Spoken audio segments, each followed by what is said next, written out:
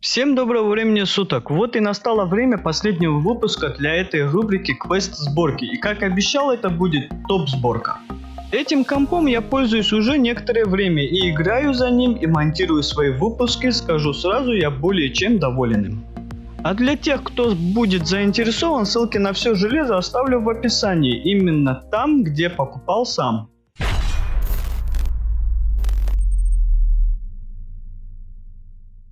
Рубрика эта была немного неправильно сделана, просто потому что она как рубрика не задумывалась, и поэтому во втором сезоне я хочу это исправить. Тут не будет такого типа начиная со 100 рублей, 500 рублей, ну или нескольких тысяч, я просто буду покупать железо и компьютеры и перепродавать их. А на заработанные деньги, если конечно заработаю как в этот раз, буду что-то приобретать себе, возможно буду проводить и розыгрыши. Целью этой рубрики будет показать, что при желании и правильном подходе любой сможет так же как и я получить финансовую выгоду. Моей же целью было собрать более мощный компьютер, а тот, что стоит у меня, перенести в мастерскую, которую я открыл с магазином. Кстати, какой компьютер был у меня до этого момента, можете посмотреть на канале. Есть несколько выпусков, оставлю на них ссылки в конечной заставке.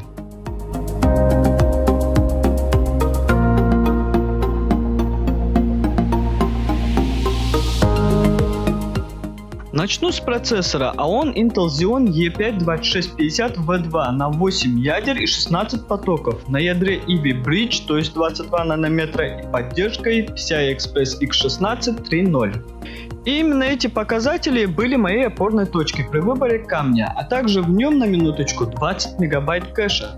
Частота без Turbo Boost 2,6 ГГц, в Turbo Boost может достигать до 3,4 ГГц. Не знаю насколько ядер, например, у меня получилось поднять частоту до 3 ГГц, не нагружая на 100%. ТДП у него всего 95 Вт и максимально может держать частоту оперативной памяти в 1866 МГц, а вот количество до 768 ГБ. Что касаемо Turbo Boost, тут все просто. Нужно зайти в BIOS, там выбрать Energy Performance, переключить на Performance, это максимальная производительность. Затем, где стоят нули, просто выставить 225. Это для того, чтобы при хороших нагрузках процессор не сбрасывал частоту.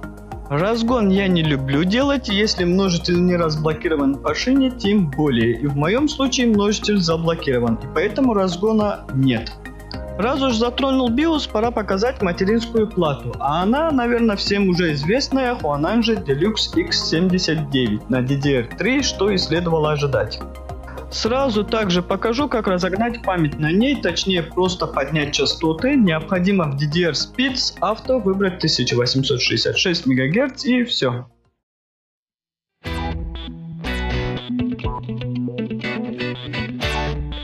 А теперь о материнке. 4 слота под оперативную память типа DDR3 на десктоп и 4 слота это 4-канал, и он тут работает. 4 USB 3.0, 4 USB 2.0, также 2 PS2, Ethernet порт, 7.1 канальный звук, должен заметить очень даже неплохой. Порт для M2 накопителя типа NVMe, 3 слота PCI Express X16 3.0 и 2 по 2.0 для SLI мостика, а также PCI Express X1 и X4. 8 пин питания процессора, 7 или 6 плюс 1 фаз питания, если ошибаюсь, поправьте в комментариях, и 100% твердотельные конденсаторы. Качество исполнения на отлично, алюминиевый радиатор на цепях питания и бонусом индикатор посткодов, а еще 6 SATA портов, из которых 2 6 гигабитных.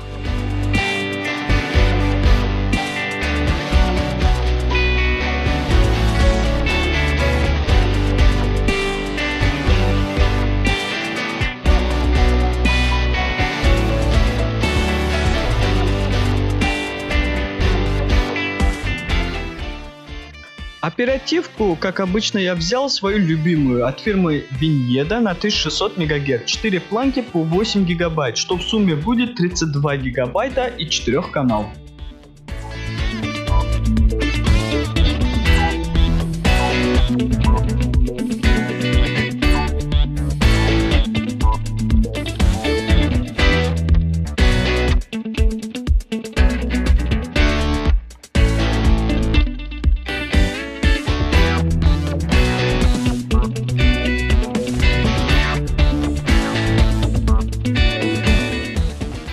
Охлаждение взял снеговика с подсветкой, но не для этого процессора, а для своего i7-3770. А сюда же установил водянку от Corsair H110i. Ее крепления позволяют сделать это.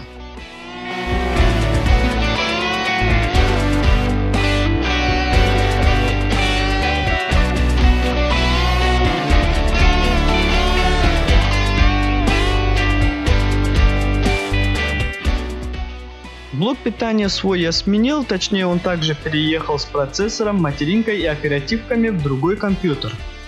Поставил сюда Thermaltake Smart RGB 500 на 500 Вт. Корпус оставил тот же от Corsair Obsidian 750D, он мне нравится из-за своих огромных размеров. Только вот вентилятор, что установлен сзади, шумит при включении, и стало жалко денег на его замену, так как их в корпусе 5 штук. 2 стоят на водянке, они все на 140 мм, 3 на корпусе. Кстати, нашел на Али болты от водянки, их и закрепил. Штатных не было при покупке, брал с рук.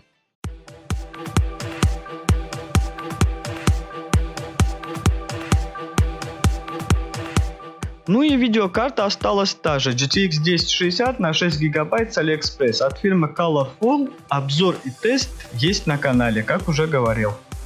Накопители в системе 2. Это M2 от фирмы Adata SX 8200 на 512 ГБ под систему, программы и игры. И для файлов 2 ТБ от VD.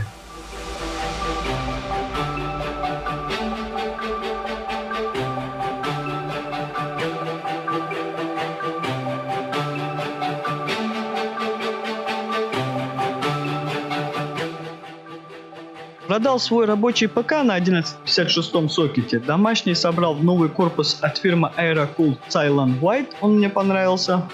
И была надежда на GTX 1050 Ti, что досталось мне, но к сожалению она оказалась нерабочей, и поэтому сижу на графическом ядре. Кстати, кто подписан на мой инстаграм, знает про эту видеокарту, ссылки на мои страницы и группы есть в описании. Ну а теперь можно приступить к тестам синтетика и пары игр, в которые я играю. Если вам этого не хватит, в группу ВК залью еще, пишите если что. Cinebench R15, тут можно не ускорять видео и вырезать, так как все происходит быстро. И хочу заметить, все программы установлены и запущен браузер с 15 вкладками на момент прогона.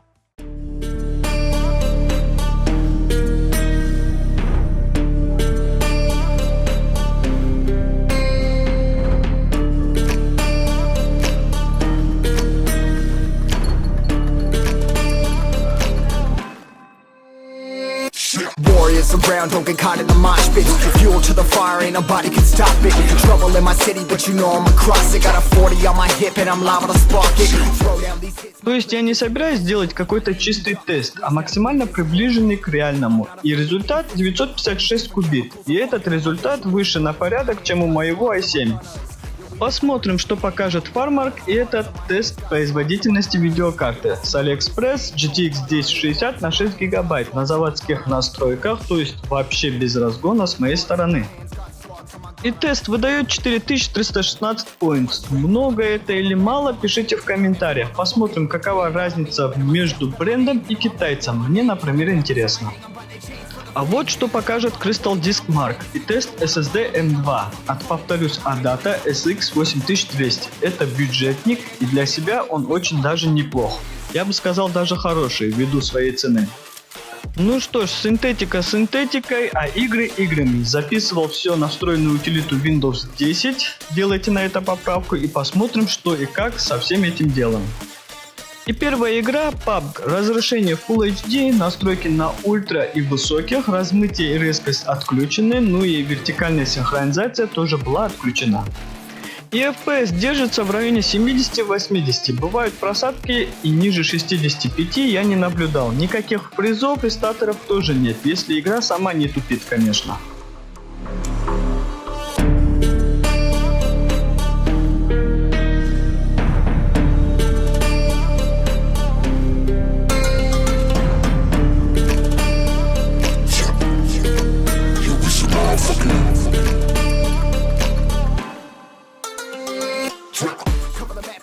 Ну и Вторая игра, она же последняя игра CSGO. Настройки на высоких, сглаживание 8x, фильтрация в 16x, размытие выключено, разрешение Full HD. Счетчик кадров держится в районе 200, просадки бывают до 110, призов и статоров нет, играть комфортно, у меня претензий нет вообще. В обоих случаях видеокарта нагружена на 95-97%. Процессор не нагружается и до 50, температура в районе 40 градусов, а видеокарты в районе 60-67 градусов.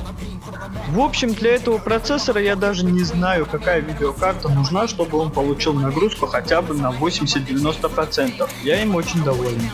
Частота в основном держится на 3 ГГц. Бывают моменты, когда на некоторых ядрах она скачет до 3,2 ГГц. Что думаете по поводу этой сборки, пишите в комментариях. И не забудьте подписаться, поставить лайк и нажать на колокольчик. Все ссылки на все железо, как уже говорил, оставлю в описании, а вам советую другие мои выпуски в конечной заставке. На этом мой выпуск подошел к концу, я с вами прощаюсь и до скорых встреч. Всем удачи и хорошего настроения.